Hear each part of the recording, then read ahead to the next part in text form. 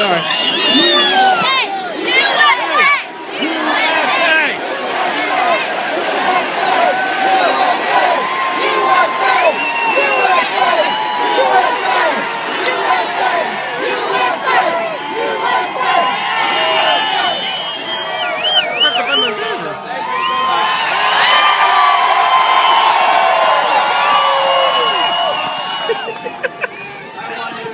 First Lady of the United States, my wife, Anne.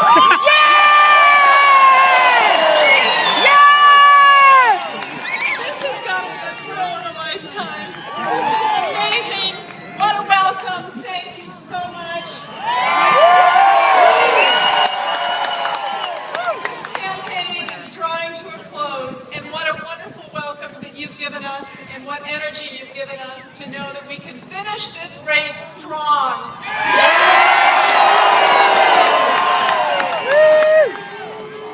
We are so excited about Tuesday, and we're so excited to be in Pennsylvania.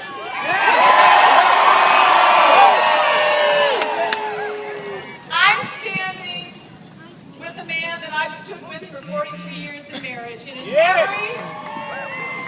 in every circumstance I have seen him be exceptional in every way. And I can tell you, he will not fail.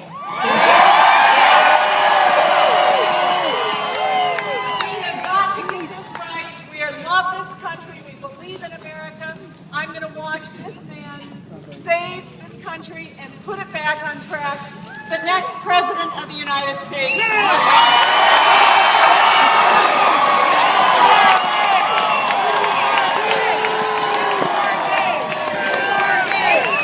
Thank you, sweetheart, and thank you, Governor Corbett. Thank you, Lieutenant Governor. Senator Toomey. Can hardly get it out here. You guys have been out here a long time, though. And thank you to the next United States Senator from Pennsylvania, Senator Smith, to be. Congressman Fitzpatrick, appreciate your being here. And how about that music? I understand the Marshall Tucker Band did a great job. Now, we are close to a place where a lot of people are still suffering the consequences of a terrible hurricane, as you know, and maybe even some here in this audience are having some tough times, and our hearts go out to you. And if you have some extra funds that you can provide to people, please contact the American Red Cross or the Salvation Army or any other groups that are helping provide care for those that are having a tough time. Thanks also to the governors that are dealing with this tragedy, particularly I think about the governor of New Jersey, Governor Christie. He's giving it all of his heart and his passion to help the people of his state. They're in a hard way, and we appreciate his hard work. Thank you, Governor. And I just got to say to you, what a welcome. Thank you so very much.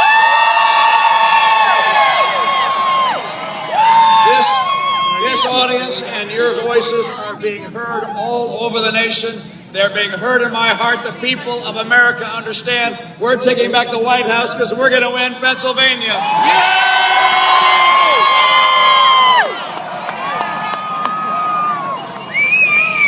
Now, I also want to thank the people who've been doing so much work in our campaign, making phone calls from our victory centers, putting a sign up in your yard, or in your neighbor's yard,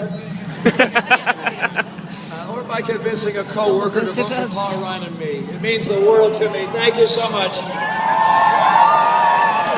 And now let's make sure that every single person we know gets out and votes on Tuesday. You know, what makes this rally and all your work so inspiring is that you're here because you care about America. It's a campaign about our country and about the future we're going to leave to our children. We thank you. We ask you to stay at it all the way until victory on Tuesday night. Now, it's possible that some of your friends or your family members haven't made up your mind as to who to vote for. So let me suggest that when you talk to them, you tell them to look beyond the speeches and the attacks and the ads, and you look at the record of the people running for president. Because you see, talk is cheap, but a record is real and it's earned with effort. Change can't be measured in speeches, it's measured in achievements. And 4 years ago, candidate Obama promised to do so very much, but he's fallen so very short.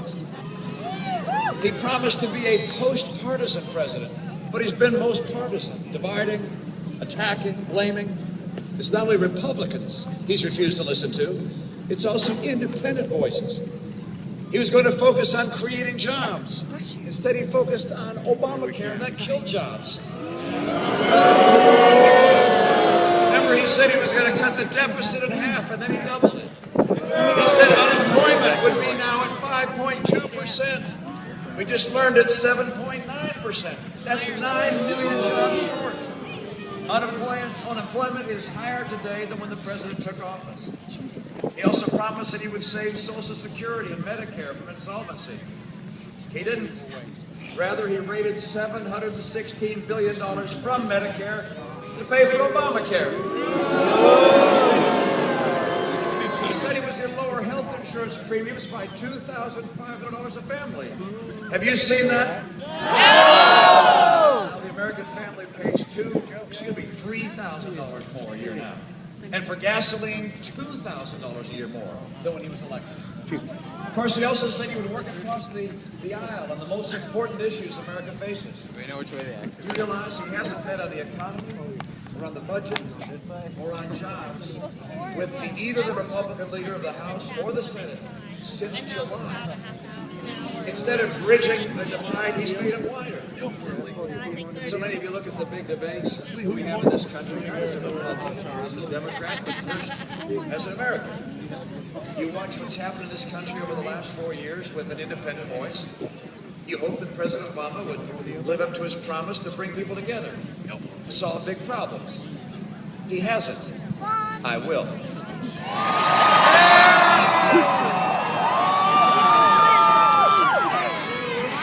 Let me tell you why he fell so short of what he promised. It's because he cared more about the liberal agenda than he did about repairing the economy. Did Obamacare create new jobs? No! Did his war on coal and oil and gas create new jobs? No! Did his Dodd-Frank regulations help banks make more loans to people who needed them? No! Does raising taxes put people to work? No!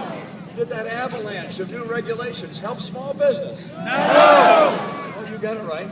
Almost every measure he took hurt the economy, and it hurt our fellow Americans. Look, there are 23 million Americans that are struggling today to find a good job. 1 in 6 of our fellow citizens are living in poverty. And if you've even got a job, the middle class is being squeezed with lower take-home pay and higher taxes. I spoke yesterday with a wife of a 60-year-old man in the prime of his earning years. He's worked as a welder for 40 years, but he just got laid off. And so his wife says, how can I help? What can I do to help him, she said. And she made it very clear. They don't want a government check. He wants a job. Yeah. Look, the president thinks more government is the answer. No, Mr. President. More good jobs. That's the answer.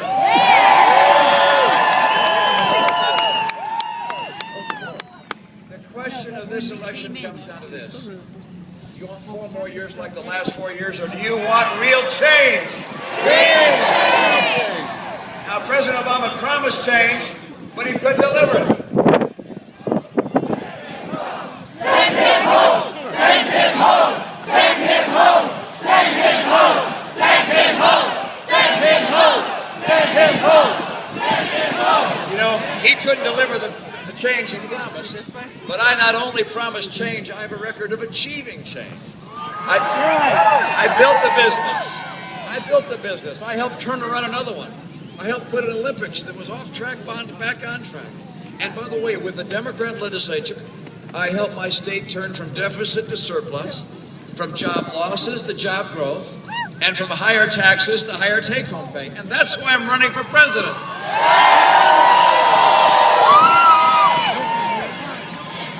I know how to change the course the nation is on, how to get to a balanced budget, how to build jobs, and see once again rising take-home pay. Accomplishing real change is not something I just talk about. It's something I've done, and it's something I will do as President of the United States.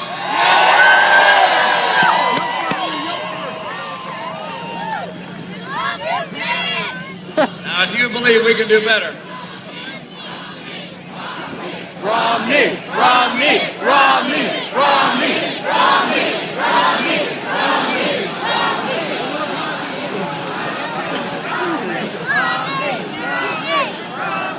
if you believe we can do better, if you believe America should be on a better course, if you're tired of being tired, then I ask you to vote for real change. Paul Ryan and I will bring real change to America on day one.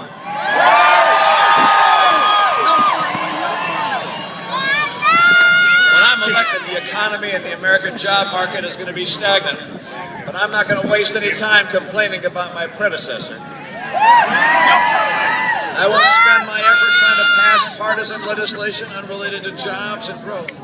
From day one, I'm going to go to work to help get Americans back to work. And people across the country are responding to our 5-part plan to create jobs.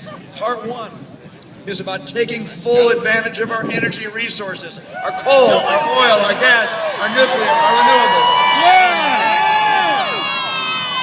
On day one, I'm going to act to increase the number of leases and permits for drilling on federal lands, and I will act to speed the approval of the Keystone Pipeline.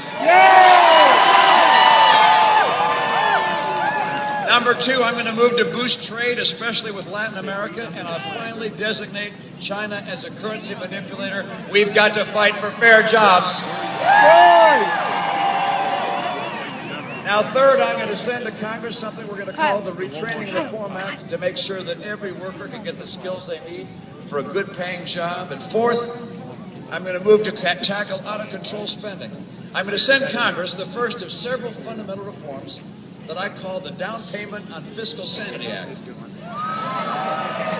We will immediately cut, not just slow the rate of growth, but cut government spending. I'm not just going to take office on January 20th. I'm going to take responsibility for that office as well.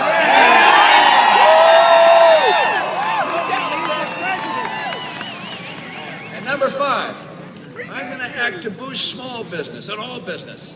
I'm going to issue executive orders aimed straight at the problems that are holding our economy back. The first is going to grant state waivers from Obamacare to begin its repeal. The second is going to launch a sweeping review of all the Obama-era regulations with an eye to eliminating or repairing those that are killing jobs. And for the first time in 4 years, every entrepreneur, every small business person, every job creator will know that the President and the government of the United States likes them and loves the jobs and higher wages they bring to our fellow Americans. Paul Ryan and I are going to limit government instead of limiting the dreams of our fellow Americans. Now, our choice on Tuesday can lead to one of 2 very different outcomes. You know that if the president were to be reelected, he would still be unable to work with the people in Congress. He's ignored them, he's attacked them, he's blamed them, and that debt ceiling is going to come up again. And shutdown and default will be threatened. And of course, that freezes the economy. By the way, the president was right the other day when he said he can't change Washington from the inside, only from the outside. We're going to give him that chance soon. 2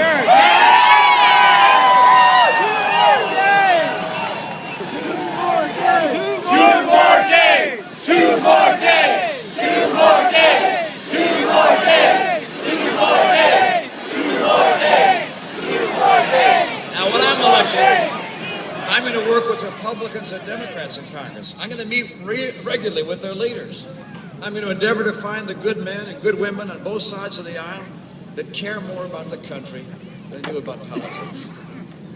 Now, if the president were to be reelected, he's, of course, going to continue his war on coal and oil and natural gas. When I'm elected, we're going to change course on energy to build jobs, to help with prices at the pump. We're going to achieve North American energy independence in 8 years. Now, if the president were to be reelected, he'd continue to crush small business with his plan to raise taxes, to expand regulations, to impose Obamacare. I care about small business. I see it as a means for people to fulfill their dreams.